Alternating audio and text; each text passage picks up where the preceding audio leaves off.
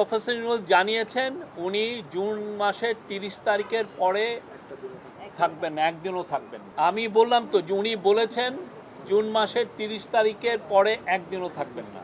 সুষ্ঠু নির্বাচন করতে না পারলে আমি অপরাধী অনুভব করব। আজকে আপনি জানেন দ্বিতীয় দিনের মতো পলিটিক্যাল পার্টি লিডারদের সাথে আমাদের চিফ অ্যাডভাইজার প্রফেসর মোহাম্মদ ইউনূসের মিটিং হয়। আজকের মিটিংয়ে ওনার সাথে তিনজন উপদেষ্টা ছিলেন। ফারুক আজম সাহেব ছিলেন উপদেষ্টা লিবারেশন ওয়ার অ্যাফেয়ার্স, আফম খালিদ হোসেন ছিলেন উনি রিলিজিয়াস অ্যাফেয়ার্স উপদেষ্টা, এবং ইন্ডাস্ট্রিজ উপদেষ্টা আদিলুর রহমান খান ছিলেন।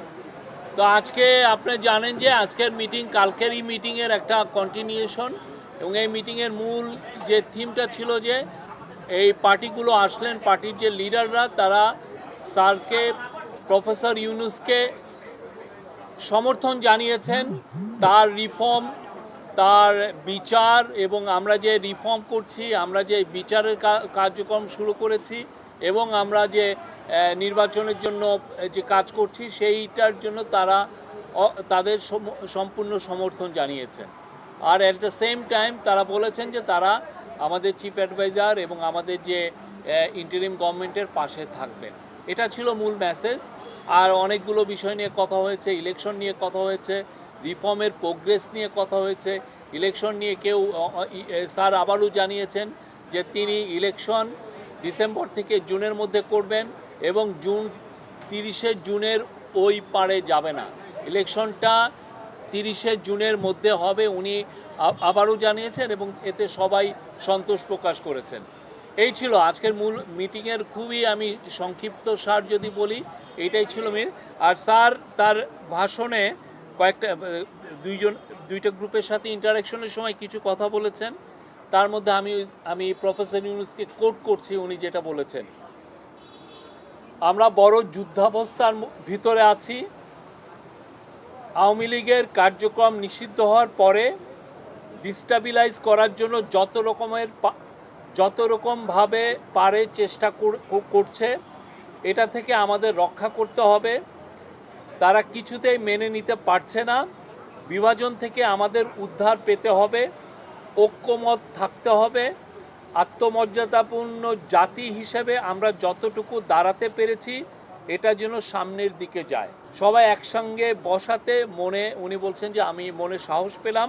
সুষ্ঠু নির্বাচন করতে না পারলে আমি অপরাধী অনুভব করব।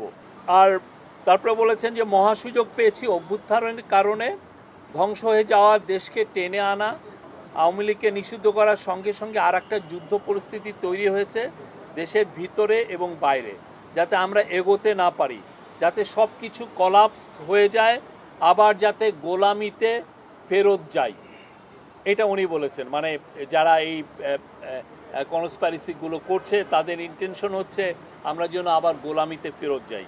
আমি যতদিন আছি দেশের কোনো অনিষ্ট হবে এমন কোনো কাজ হবে না, নিশ্চিত থাকেন। উনি একটা ডেডলাইন দিয়েছেন, এবং আমি কালকেও বলেছি, আজকেও বলছি, বারবার বলছি, উনি এক কথার মানুষ। উনি বারবার বলেছেন যে জুন 30-এর পরে ইলেকশন যাবে না। আপনাকে ওনাকে ট্রাস্ট করতে হবে। এটা ডিসেম্বর থেকে জুন মাসের 30 তারিখ পর্যন্ত এর মধ্যে ইলেকশন হবে। ওই জুন মাসের 30 তারিখে জুলাই মাসের 1 তারিখে যাবে না। আপনি রোডম্যাপ এইটাই আপনাকে, ওইটা যখন সময় আসবে উনি রোডম্যাপ বা যেটা শিডিউল সেটা ঘোষণা করবেন।